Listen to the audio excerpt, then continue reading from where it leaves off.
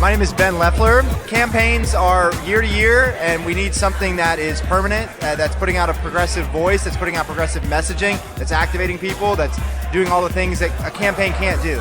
Campaigns end. But we know that we have Progress Texas put out a positive message that's connecting Texans around progressive values. It's Thursday, November 14th, 2024, and this is the Progress Texas Daily Dispatch, rapid response on the breaking news stories Texas progressives need to know. I'm Chris Mosier. Let's talk about all the losing that was going on yesterday amongst a bunch of Texas Trumpy types. Wow, this is a lot of losing.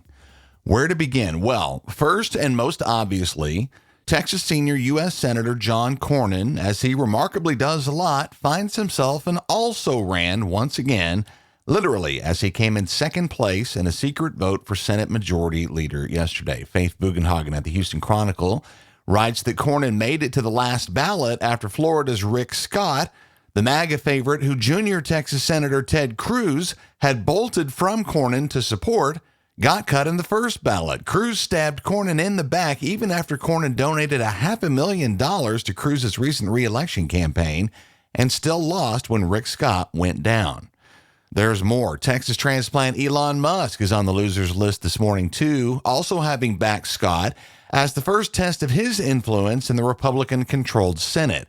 He may have discovered the fact that the Senate actually does not have to listen to him, though you can sure count on Musk to use the financial and messaging weapons at his disposal when those senators who defied him approach primary time. See the show notes for a masterful takedown of Elon Musk by Lawrence O'Donnell from last night, who noted that not only has Musk perhaps overestimated his power in Congress, he's also the head of a pretend federal department with zero teeth and is being openly mocked and belittled by his new bestie, Donald Trump, who keeps telling crowds of people, quote, Elon won't go home.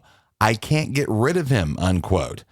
Must-see link from MSNBC in the show notes this morning. On top of that, for Elon Musk, Matt O'Brien and Tom Krisher at the Associated Press say that while the position Musk is now sharing over the supposed Department of Government Efficiency with Vivek Ramaswamy appears to be little more than advisory in nature with no power of its own to do anything. And should that department be further empowered, Musk would immediately be in violation of multiple ethics laws unless he divested from his businesses or recused himself from matters relating to them.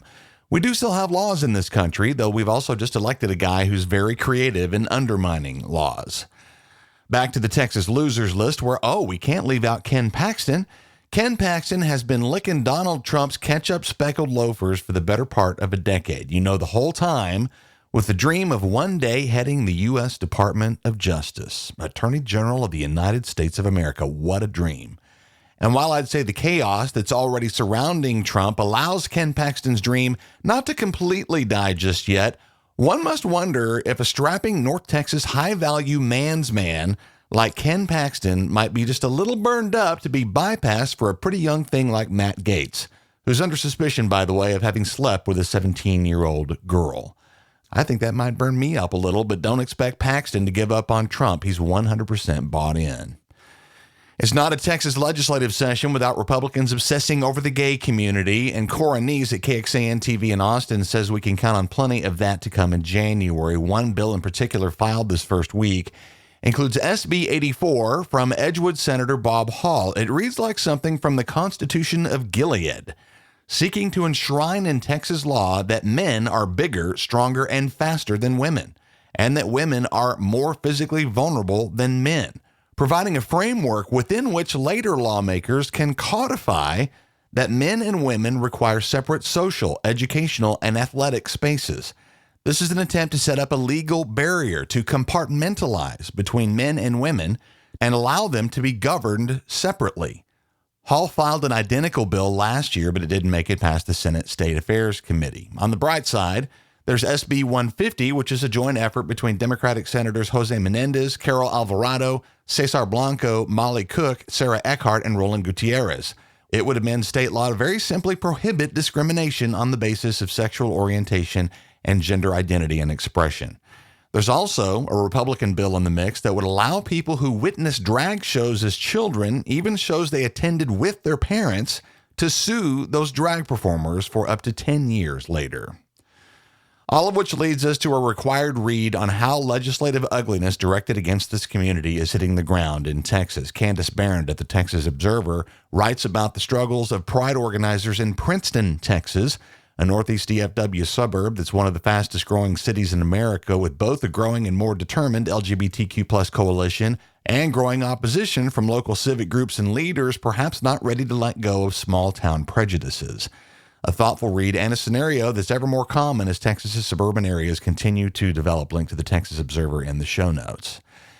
We've told you about that vote on Tuesday over a poison pill bill in the U.S. House that would have given the Trump administration the ability to instantly crush nonprofit organizations like ours and the 3 Texas Democrats in that body who somehow managed to vote for it. We're not letting that go, by the way, as only one of them is on his way out, but we do want to name check the 10 Texas Democratic House members who do see the value in what we and so many of our allies and partners in the nonprofit sector do in the defense of democracy and progressive values in Texas. A huge thanks to Representatives Greg Casar, Joaquin Castro, Jasmine Crockett, Lloyd Doggett, Veronica Escobar, Lizzie Fletcher, Sylvia Garcia, Al Green, Erica Lee Carter, and Mark Veazey. Thank all of you for your support. We're not letting that go either.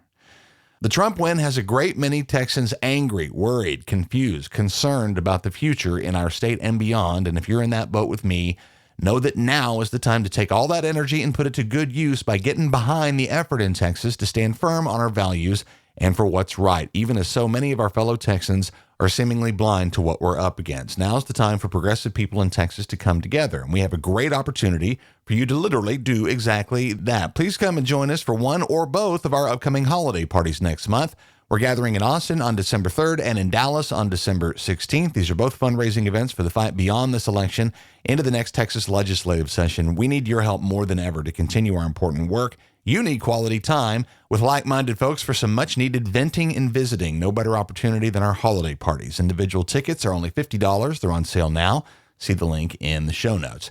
Thanks to our friends at Act Blue and our pal Jim Fletcher for their holiday party contributions. We look forward to seeing all of y'all. Our funding in Progress Texas is rarely sufficient for us to plan much more than a couple of quarters ahead, but the conservative disinformation machine has no such funding obstacle. They've got money coming in from oil and tech billionaires and religious right-wing activist groups and more. At present, at Progress Texas, we don't have sufficient funding for the crucial upcoming 2025 legislative session. Our listeners form a key component of our funding here at Progress Texas, so if you're a regular and you're liking what we do, we could use your support as a monthly contributor. As always, no amount is too small. Go to progresstexas.org/donate. Thanks to Jim Bates, Lanny McGuire, and Edith Frost, all of whom have joined the team lately. We appreciate all of you. That's the Progress Texas Daily Dispatch for this Thursday, November 14th, 2024. Links to all these original stories can be found in our show notes. Progress Texas is a nonprofit rapid response media organization promoting progressive messages and actions. While campaigns come and go, we're the permanent home for progressive media and action in the Lone Star State. I'm Chris Mosier. Thank you so much for listening. Have a great day. We'll catch you again tomorrow morning.